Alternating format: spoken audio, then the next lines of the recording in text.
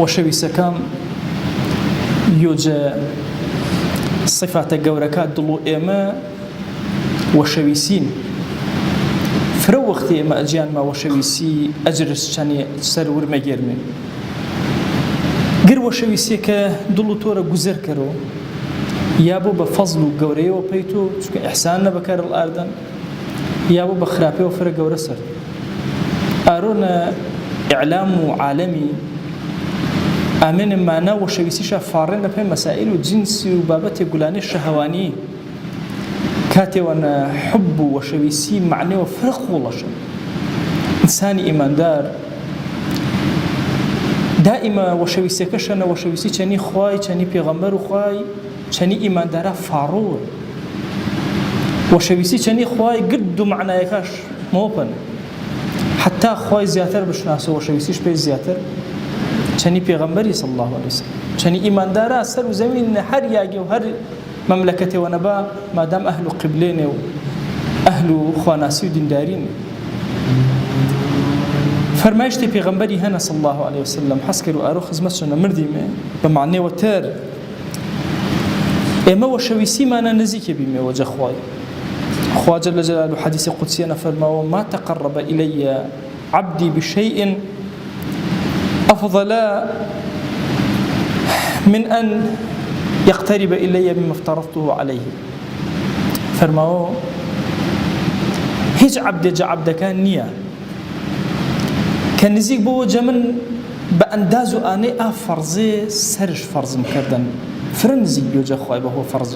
محەبەتێ فرە گەورە پێ دروست. ئیسەکە ئێمە باس و فەرزی کردمێ ئەنە منبەرەکانە باس کردیان یەکسەر مەژک مەولە پێلا نما فەرزەکە کورە مما افترضته عليه معنەوە فرە گەورەشن هەرچی شێوێ خوای فەرز کردەوە سەروتۆ طبيعيا يا إسلاميا كما شو طبيعيا ورم فرزا سروتو أشون برجيان بورم صرف كري وارده فرزا سروتو برجيان صرف كري قرب أجر بالمنيس قرديش بوبا سوبو أنا جخوات ونذكره إنه معناه وفرم مهم أنا تو بس نزاني فرز بس ما فرزك يا والروتشينه إنه بشي وانجا فرزك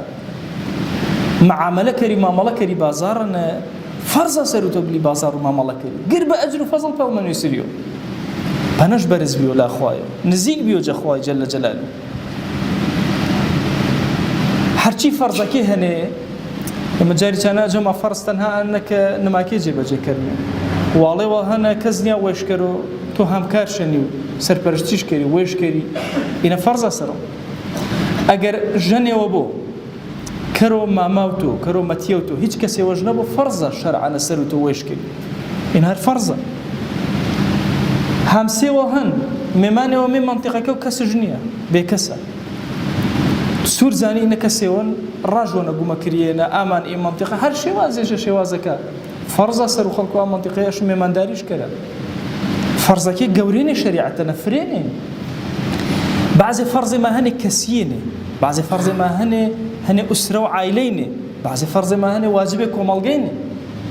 قردو إيه فرزة بيوه توي جخواي فرفر نزیک کراو حتی فرض زیاتر جبهه کردی زیاتر جخوای نزیک بیو صعب الکردو ورستی نماکی بیان جبهه کرد دسودی مجوان الگرت نمال کردنه دبعت لوانی دمو هرمان ویتو کواجب اثر الله شون بلی هرمان کل جبهه کردی گرد تو جخوای نزیک کرو میونی مرو نانی وریانه نه پرسیار وکری جزار الله کات چشتا کردن چشتانه خاص تا کر خراب تا گرد فرض نسر وشانه تو وقرديش تو نذكره وجه خواه جل جلاله لزد ورقرتي جا عبادتي أني تنهى النمانا لزد ورقيري أشم قردو طاعتك لزد ورقيري دي إفر ما يشتي دليل فرق ورن بي إم محبته خواي يوجا برهم فرق وركاش بروبو مكاش ثمركاش أنك نزيك الكرو وجه خواي حتى ويني أنه فرزك نزيك الكرو وجه خواي بقردو معناك فرض دلي مجتمعكم ملقيني فرض دلي يعني كويتني دلي فردي ويتني شخصي ويتني اهتم شكر إما ما كان بجماعة ما كان مجمع كان غير كوبي ميوه فرض وانا سر ما نريان روي ما جيب جيش كرم مجرد بقاي ما تشيغنا من ما تشيغنا خدمة الدين غير بأجر وفضل وقوري بما من يسر برو أنا إما إيمان دار جا ئارۆنە جەگر کاتێ زیاتر ئەشم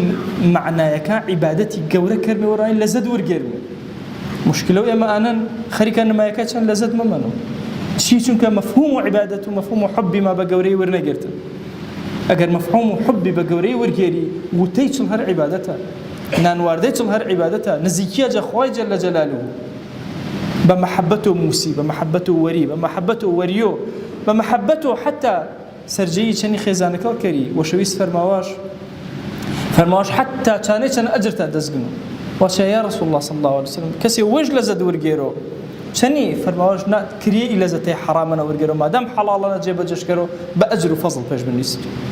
گرتمە ئێمە ئینامێت لە فەزڵێ فرە گەورەینە ڕەحمەت و گەورە ئیسلامینە ئومێد کەرمێ رب العالمین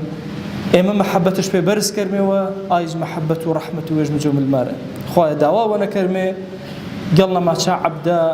کە جەتۆوە فرە نزیکێنێ قبوڵ کردێنێ قبوڵ و ئاسمان و زەمین دێنێ پەنە یا ئەکرەم الئەکرەمین